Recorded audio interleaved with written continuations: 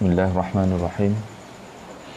Alhamdulillah nahmaduhu wa nasta'inuhu wa nastaghfiruhu wa na'udzu billahi min shururi anfusina wa min sayyiati a'malina. Man yahdihillahu fala mudilla lahu wa man yudlil fala hadiya lahu. Asyhadu an la ilaha illallah wahdahu la syarika lahu wa asyhadu anna Muhammadan 'abduhu wa rasuluh. Allahumma rabbi shrah li sadri wa yassir li amri wahlul 'uqdatam min lisani yafqahu qawli. Allahumma la sahla illa ma ja'altahu sahla wa anta taj'alul hazna idza syi'ta sahla. Amma ba'd. Fa inna khairal hadithi kitabullah wa khairal hadi Muhammad wa syarrul umuri muhdatsatuha wa kullu muhdatsatin bid'ah wa kullu bid'atin dhalalah wa kullu dhalalatin finnar. Alhamdulillah, saudara-saudara dan saudari yang dikasihi dan dirahmati Allah Subhanahu wa taala. Assalamualaikum warahmatullahi wabarakatuh. Alhamdulillah, pertama sekali marilah kita sama-sama insya-Allah mengucapkan syukuran kita kepada Allah Subhanahu Wa Taala yang dengan limpah perkenan dan izin Allah Subhanahu Wa Taala mengizinkan untuk kita pada pagi ini menyambung lagi insya-Allah perjalanan kita penerokaan Al-Quran kita di detik-detik akhir bulan Ramadan ini yang berbaki kurang seminggu saja lagi.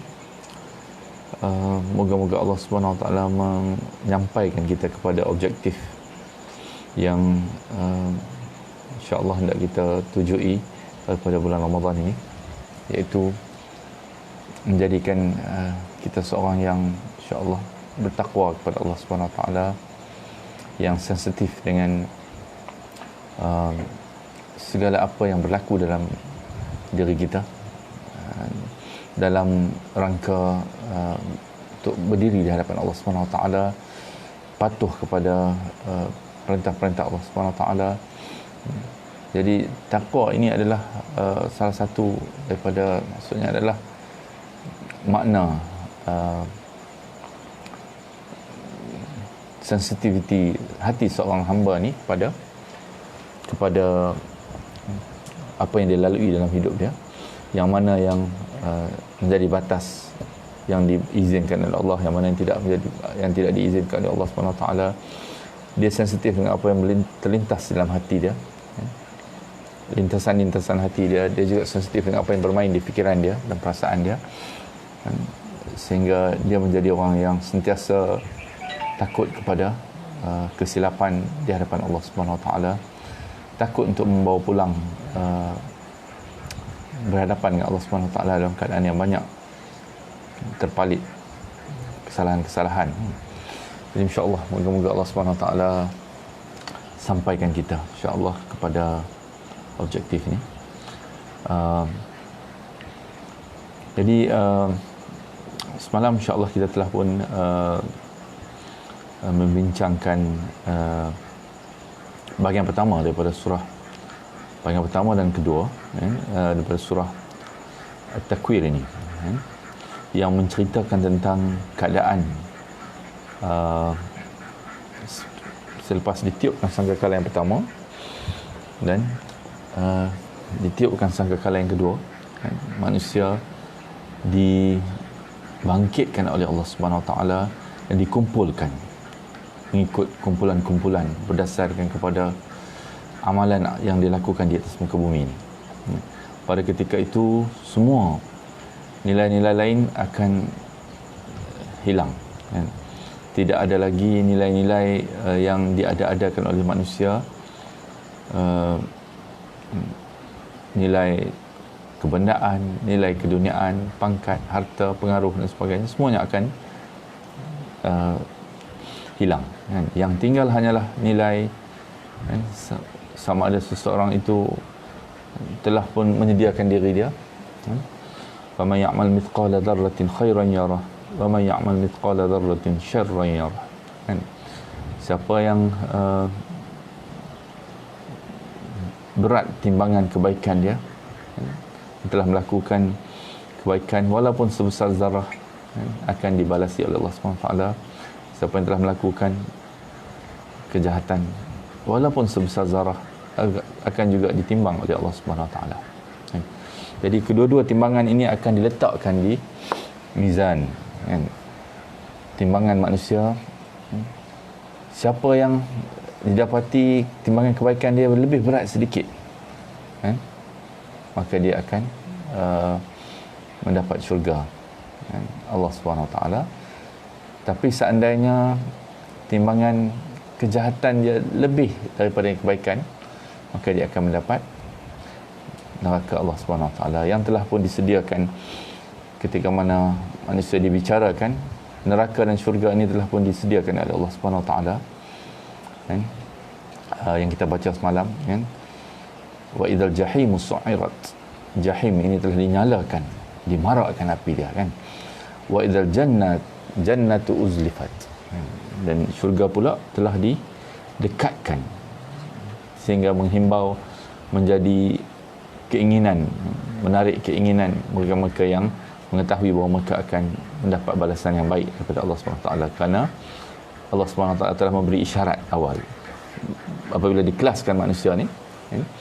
Ashabul shimal, ashabul yamin, ashabul shimal, maka manusia mengetahui di manakah dia akan berada, kan? Jadi akhirnya Allah SWT kata alimat nafsum ma ahdarat.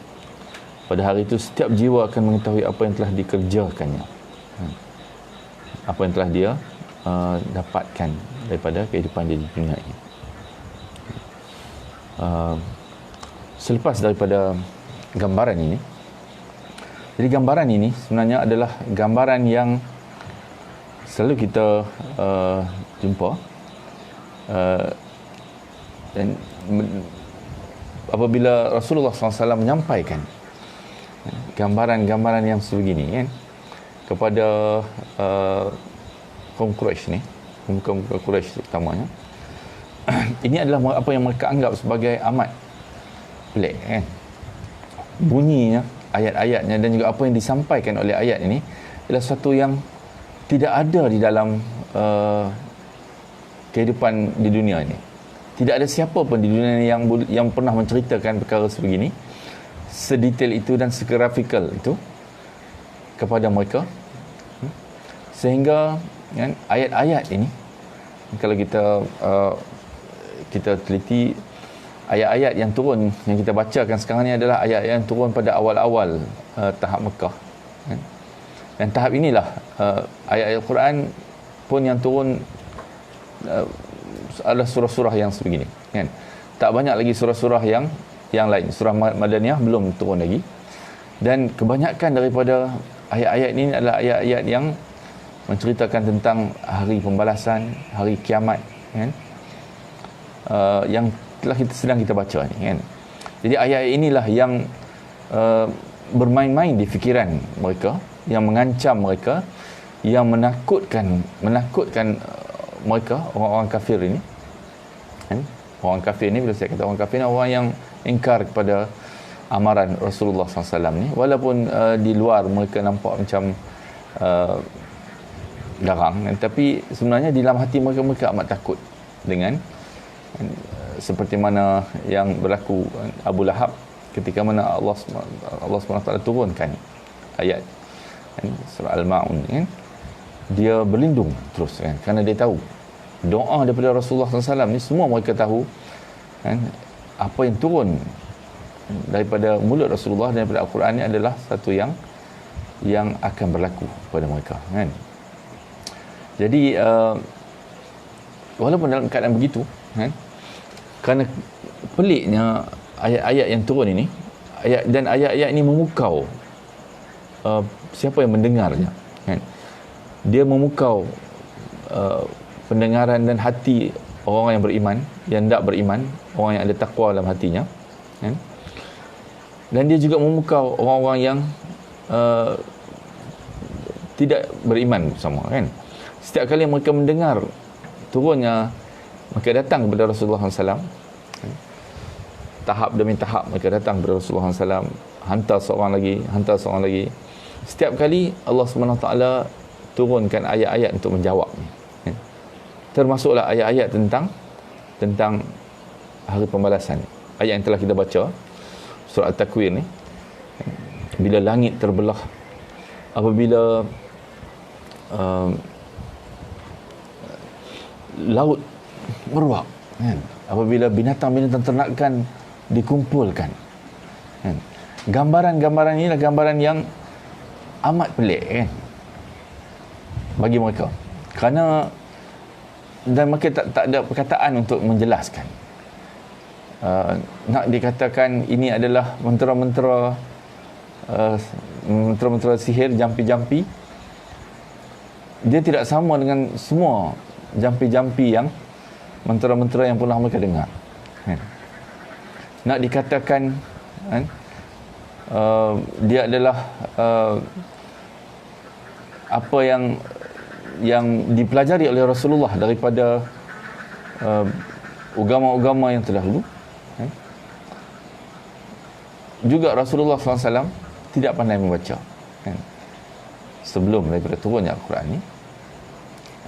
Rasulullah SAW tidak pandai membaca, dan dia juga tidak pernah terdedah kepada tamadun-tamadun lain yang di sekeliling Arab. Sebab orang Arab ni dia ialah tidak pernah dijajah, tapi mereka ni adalah orang yang merdeka hati mereka dan tidak terpengaruh dengan tamadun-tamadun Rom, Parsi dan sebagainya, kan. Mereka tetap dengan agama tok nenek mereka, dan mereka mempertahankan kebanggaan adanya Kaabah di sekitar mereka. Jadi apa yang nak dikatakan kepada ini? Salah satu yang mereka katakan adalah bahawa Muhammad SAW ini dia telah dipengaruhi oleh jin. Dia telah mendapat pengkhabaran gaib ni tentang apa yang akan berlaku di masa depan. Nanti Abu Lahab akan binasa kedua tangannya. Tabbat yada abi lahabin wa tabb ma aghna anhu maluhu wa ma kasab. Tabbat yada abi lahabin wa tabb, binasalah kedua tangan Abu Lahab ni, dan dia tidak berguna segala apa yang telah usahakan. Ini adalah gambaran masa depan yang tidak siapa dapat menjangkakan, sebab orang Arab ni sebenarnya mereka biasa dengan syair-syair begini. Setiap kali mereka bertutur, mereka akan, orang yang sastrawan Arab ni ketika itu, mereka akan bertutur dengan kata-kata yang penuh irama, dia ada rhythm dia kat ujung ni, kan. Kata-kata yang indah. Tapi kata-kata yang dikeluarkan oleh Rasulullah SAW ni bukan syair yang biasa, kan. Sebab itu dalam surah Al-Haqqah kita baca dulu, kan, Allah SWT telah menjawab tuduhan-tuduhan ni, kan. Wa ma huwa biqauli sya'ir qalilan ma tu'minun. Dan Al-Quran ni bukanlah perkataan seorang penyair, sedikit sekali kamu beriman kepadanya. Wala biqauli kahin, dan dia bukan juga perkataan tukang tenung. Qalilan ma tadhakkarun, tapi sedikit sekali kamu mengambil pelajaran daripadanya. Dan salah satu tuduhan mereka ni adalah apa yang disebut oleh Rasulullah SAW ni adalah apa yang disebut oleh peramal-peramal ahli nujum, kahin ni, yang meramalkan masa depan, kan. Akan berlaku kehancuran alam ini, akan berlaku dengan gambaran yang amat grafik, kan. Binatang-binatang ternakan, binatang-binatang yang liar ni akan berkumpul, kan. Laut ni akan beruap, gunung ganang akan digerakkan. Semua ni adalah amat mengesankan jiwa manusia, dan kesannya juga adalah kesan yang magical bagi mereka, kan. Kerana manusia terpukau dengan apa yang dia dengar, kan. Jadi inilah gambaran yang kita telah dibacakan, kan, bila kita bertemu dengan surah At-Takwir ni, permulaan surah At-Takwir ni, gambaran-gambaran yang amat aneh, kepada perasaan manusia, kan? Kalau kita bayangkan kita sedang berhadapan dengan perkara ini, semua ni adalah perkara yang benar. Al-Quran tetap tegas mengatakan dia adalah perkara yang innaha tazkirah, inna hadhihi tazkirah. Dia adalah, kan, inna hadhihi tazkirah faman syaa'a, kan, faman syaa'a takhadha ila rabbih sabila, kan? Siapa yang tak, dia akan memilih jalan untuk menuju kepada Tuhan dia, kan? Sebab ini adalah peringatan benar. Dia bukan satu perkara yang diada-adakan, direka-rekakan, kan? Jadi bagaimana fikiran manusia ni, kan, bila berhadapan dengan perkara yang aneh macam ni? Jadi Allah Subhanahu Wa Taala, kan, kita akan baca dalam blok yang seterusnya ni adalah sumpah Allah Subhanahu Wa Taala dalam menjelaskan kerana, kan, a'udzubillahi minasyaitonirrajim. Fala uqsimu bil khunnasil jawaril kunnas wal laili idza as'as was subhi idza tanaffas innahu laqawlu rasulin karim ذي قوة عند ذي العرش مكين مطاع ثم أمين وما صاحبكم بمجنون ولقد رآه بالأفق المبين. Allah Subhanahu Wa Taala, kan, dalam blok yang kita akan baca ni, ayat 15 dan 18 ni memulakan dengan sumpah dia. Fala uqsimu bil khunnas.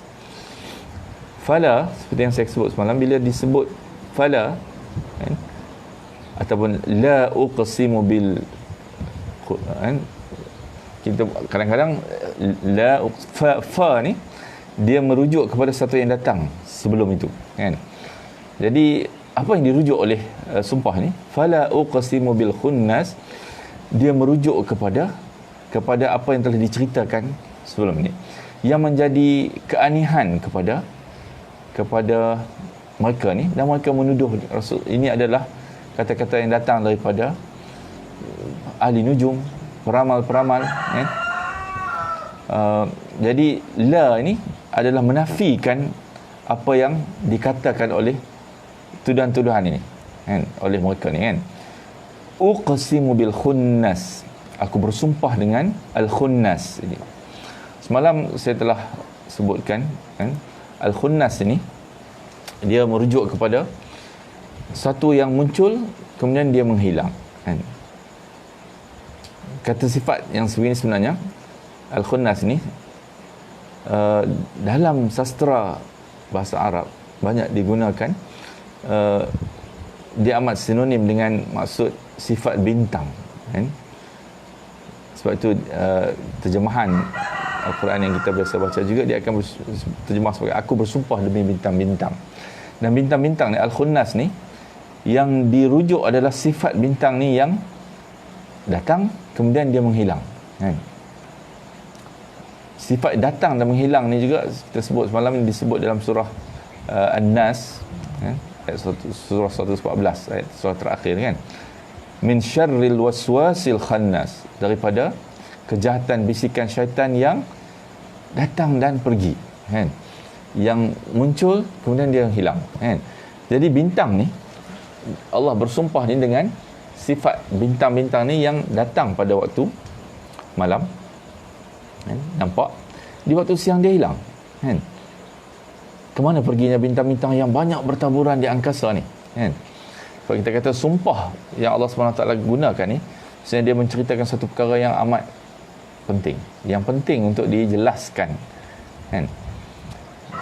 Semua sumpah sama ada sumpah dengan nafsul lawamah, kan? Ada konsep besar yang nak diceritakan bersama dengan sumpah ni, penekanan yang serius tentang perkara yang nak disebut ni, kan? Jadi apa yang disumpahkan dengan bintang-bintang ni kan. Jadi yang kita nak faham kan, kemudian disebut juga al-jawaril kunnas kan. Bintang ini yang beredar kemudian dia terbenam kan. Jawaril kunnas dia merujuk kepada sifat bintang juga kan. Tadi khunnas ni kunnas kan. Dalam style bahasa Arab juga satu kata sifat yang diperkenalkan tanpa disambung dengan apa-apa partikel dalam ayat ni sebelumnya, maka dia merujuk kepada kata nama subjek yang sama. So al-kunnas ni kan, dia tak sebut apa-apa partikel. Dia terus, ini adalah style Quran, dia kurang menggunakan kata-kata penyambung sebenarnya kan. Itu sifat satu style Quran ni, sebab dia susah kadang-kadang untuk manusia, orang yang tak biasa dengan dia nak baca, sebab dia amat minimum dengan kata-kata penyambung kan. Tapi style bahasa Arab ni, bila dia al-jawaril kunnas ni, apa dia? Dia merujuk kepada perkara yang sama yang dirujuk sebelumnya kan. Kalau tanpa ada apa-apa partikel ataupun kata penyambung kat situ, maka dia rujuk kepada yang bintang ni juga kan. Bintang ni jawaril kunnas kan. Jawar ni kan, bermakna sesuatu yang bergerak merentasi satu benda kan. Itu al-jawaril al-kunnas daripada kata kanisun kan. Kanasa dalam biasa dalam apa ungkapan-ungkapan syair dan juga ungkapan-ungkapan bahasa Arab yang biasa disebut kan. Contohnya dia sebut kanasa at-tabyu kan. Ad-dhabyu yang bermakna rusa yang bersembunyi di tempat dia kan, tak nampak kan.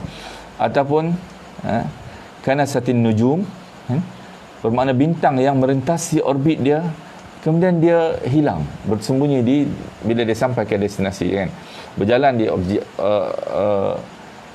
di orbit dia kan. Jadi al-jawaril kunnas ni bintang yang beredar kemudian dia terbenam kan. Ini juga disebut di dalam kan, di dalam dalam ayat ini kan, Allah Subhanahu Wa Taala nak ada dua sifat yang disebut tentang bintang. Kenapa disebut dua sifat tentang bintang ini? Sebab sumpah ini, sebenarnya sumpah yang dilakukan dengan bintang ni adalah untuk menjelaskan kan, ada latar belakang asas kepercayaan musyrikin yang umum dan amat merata di dalam kefahaman Arab jahiliah berkaitan dengan nujum dan ramalan kan.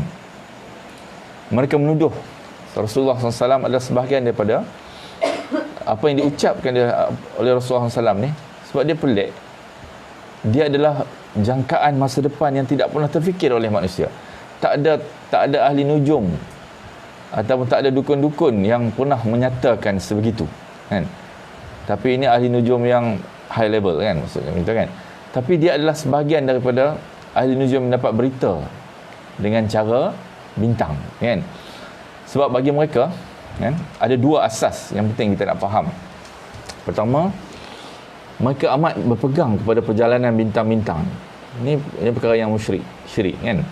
Perjalanan bintang-bintang ini boleh mempengaruhi kejadian sesuatu peristiwa kan.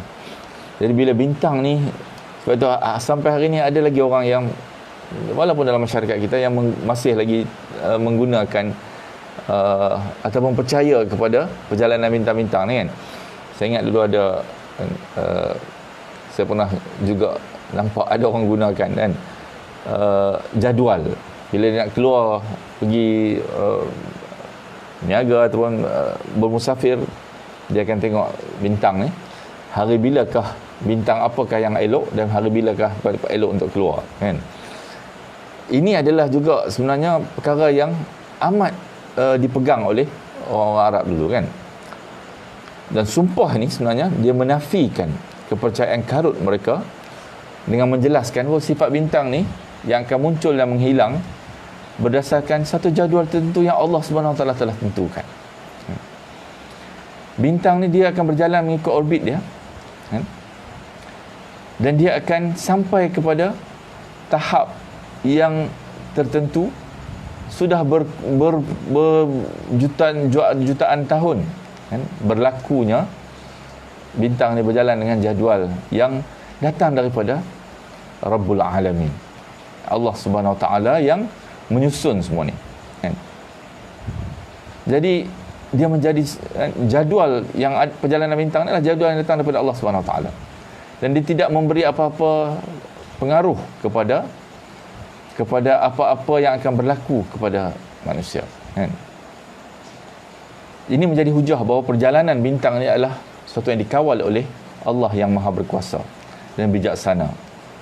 Dan Allah Subhanahu Wa Taala dialah yang menentukan segala fasa perjalanan bintang mengikut kehendak dia sendiri dan kebijaksanaan dia sendiri kan. Dan bintang-bintang ni sendiri tidak mempunyai apa-apa pengaruh kan. Jadi musyrikin yang menjadikan bintang yang muncul dan bercahaya kan,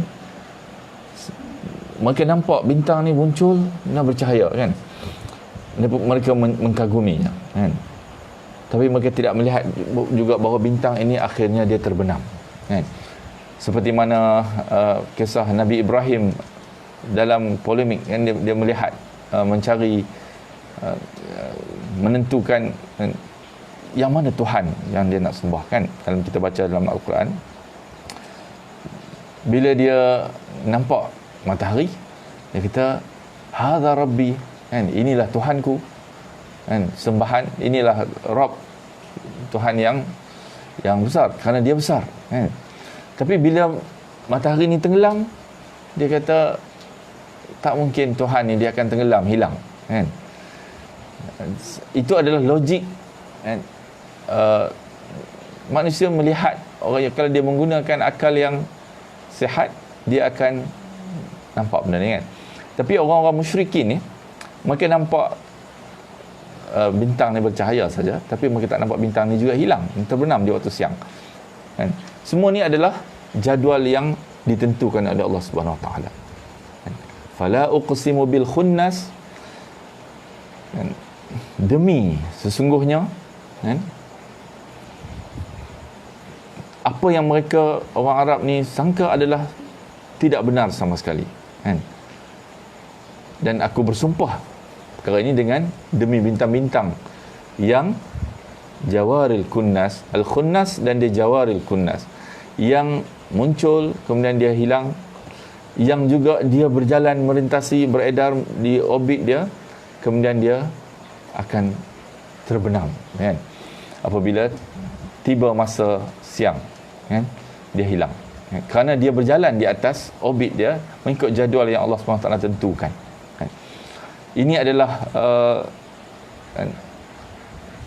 asas pertama kan? Sebab itulah bintang ni digunakan kan. Kemudian juga kan, asas, satu lagi asas yang penting juga yang digunakan oleh menjadi latar kepada kefahaman kita tentang ayat yang kita baca ni.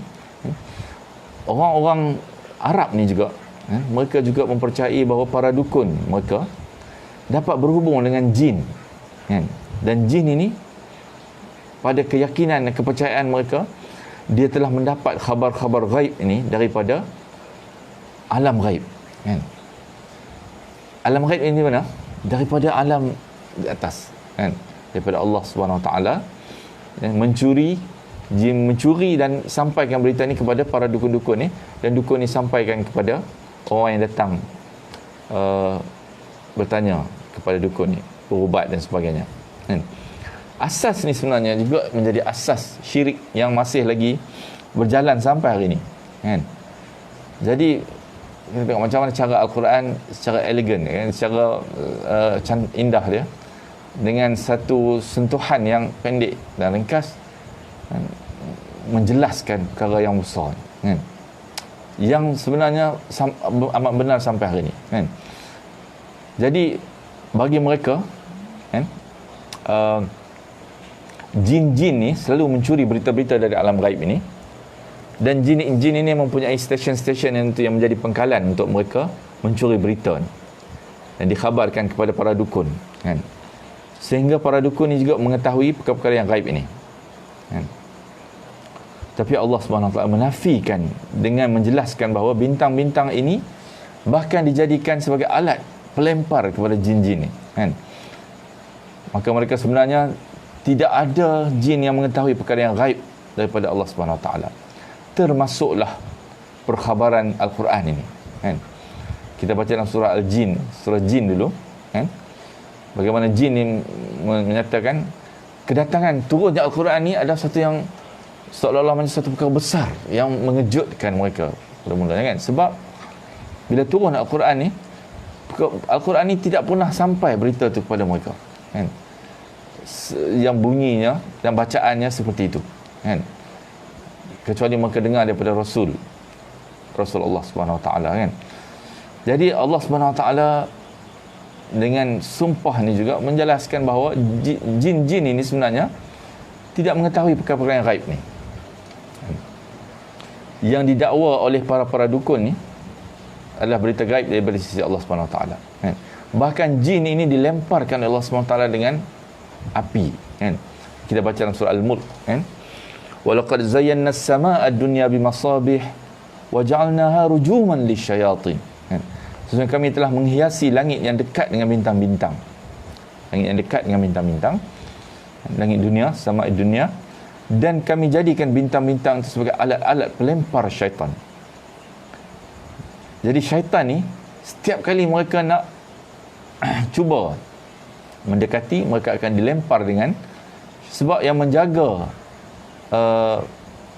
berita-berita Allah, terutamanya kitab Allah di Lauh Mahfuz ni adalah malaikat-malaikat yang setia, malaikat-malaikat yang amat mampu, kan?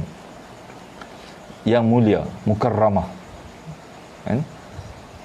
Al-Quran ni adalah marfu'atin mukarramah bi aidi safarah. Dia duduk, dia dijaga oleh malaikat-malaikat, tangan yang penulis dan juga pembaca, kan? Malaikat-malaikat yang menjaga dia dengan penuh kesetiaan dan kemampuan, kan? Jadi kerana itulah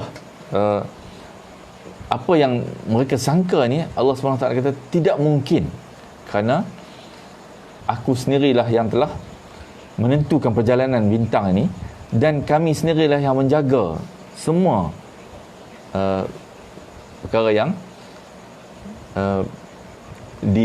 disangka oleh orang-orang musyrikin ini, kan? Sebenarnya tidak ada berita gaib yang datang daripada Allah Subhanahu Wa Taala yang turun melalui jin-jin ni, kan? Kalau ada pun berita gaib maka dia turun kepada Rasul, siapa yang Allah kehendaki daripada hamba-Nya, kan? Ini disebut, kan, dalam Al-Quran, kan?